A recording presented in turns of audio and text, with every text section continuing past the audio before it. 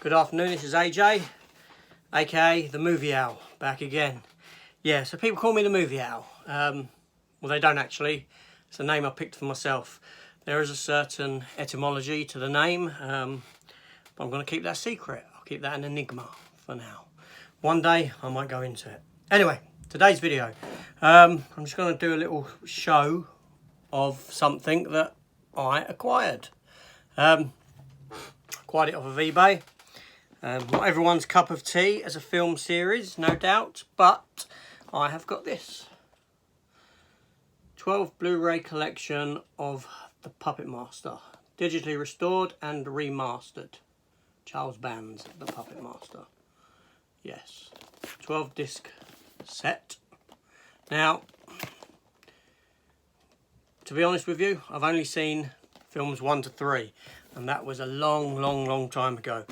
In my younger days, when this sort of a movie appealed to my younger, less experienced, less intellectual self. But regardless, I bought it. Now, I am familiar with the comic books as well.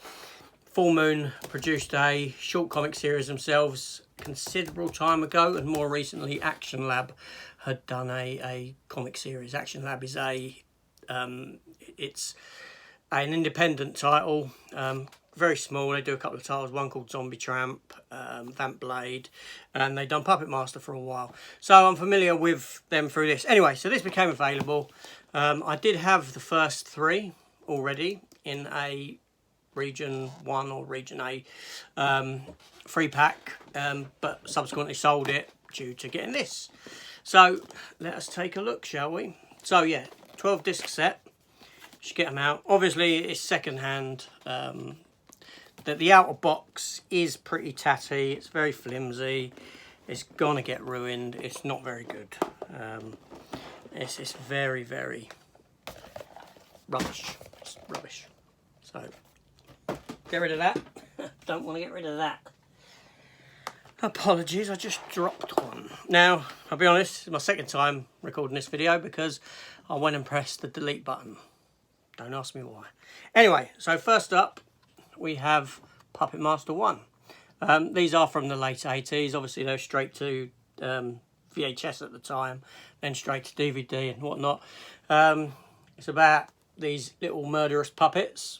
Initially, at first, it was about little murderous puppets, but they sort of become the antagonists for the film, and then they become the hero roles. Yeah, sort of like an anti-hero type things. I shan't read you the back, but there's the box for Puppet Master 1. You've either seen these or you haven't. They are obviously, let me have a look at the inside of that actually. That's the inside disc art. Not particularly great, but it's nice that they all come in their own separate ammo-rays. So this is Puppet Master 2. That's Blade, that's Pinhead. I think his name was Torch, if I recall. There was another one called Leech Woman who sort of regurgitated or vomited live leeches. Yeah, I don't know. One called Jester, whose head sort of span around. Yeah, but anyway, they sort of had the souls of these people in them. Their souls lived on in the bodies of these puppets. Various sort of transference, I don't know. Some sort of nonsense. Like I said, they are rather cheap films. Some people might say they're cheap and nasty. But there's a certain charm to the puppets themselves. So that was Puppet Master 2. This is Puppet Master 3. I believe this was actually called The Third Reich in some territories. Puppet Master 3, The Third Reich. Introduction of a new cowboy, 6-armed cowboy puppet. They're roughly about 90 minutes each, 85 minutes. They're not long films. That was Puppet Master 3. Puppet Master 4.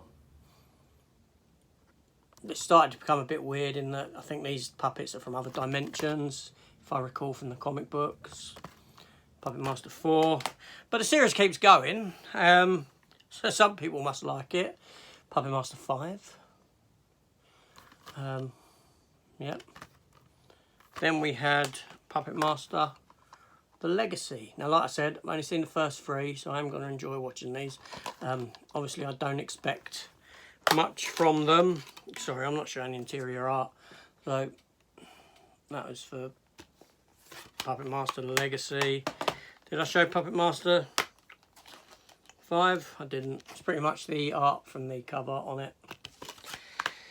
I get carried away with myself, I forget. So after Puppet Master The Legacy, there's Retro Puppet Master.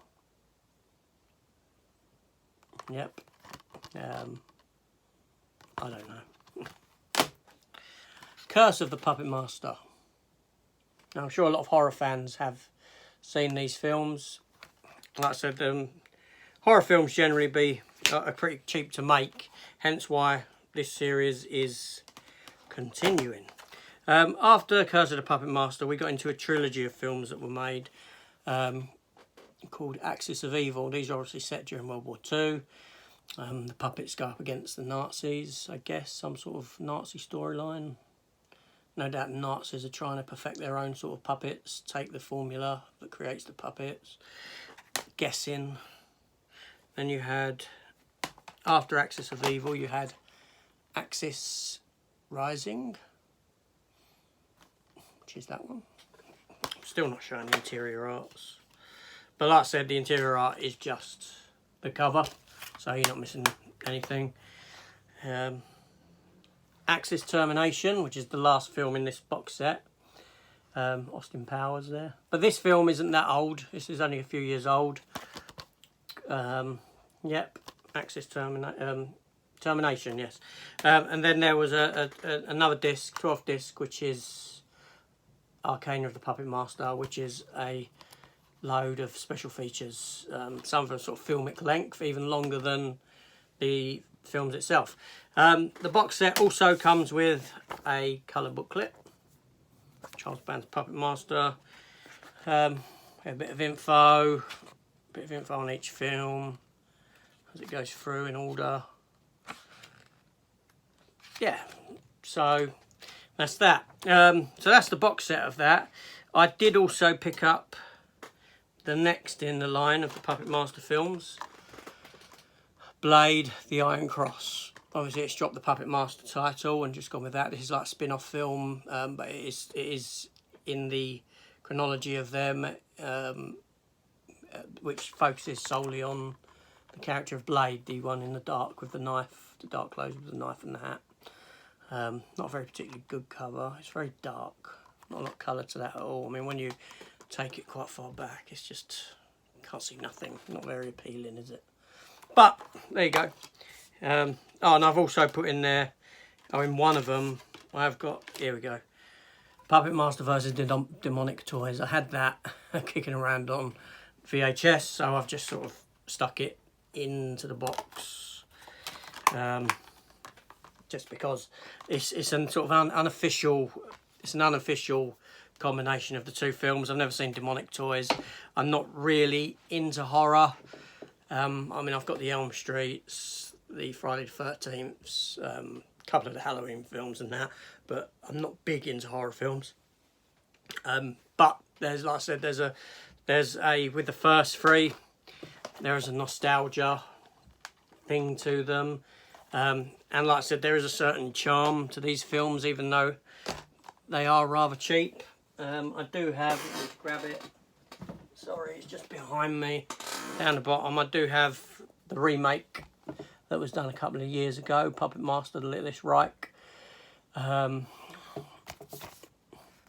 Tomahawk's a really good film from the creators of Bone Tomahawk. It's kind of like a, yeah, it's obviously they look different slightly. It's a remake of the first Puppet Master film. Does the same thing. It's not really a remake of the story. It's just, it takes the Puppet Master and does its own thing.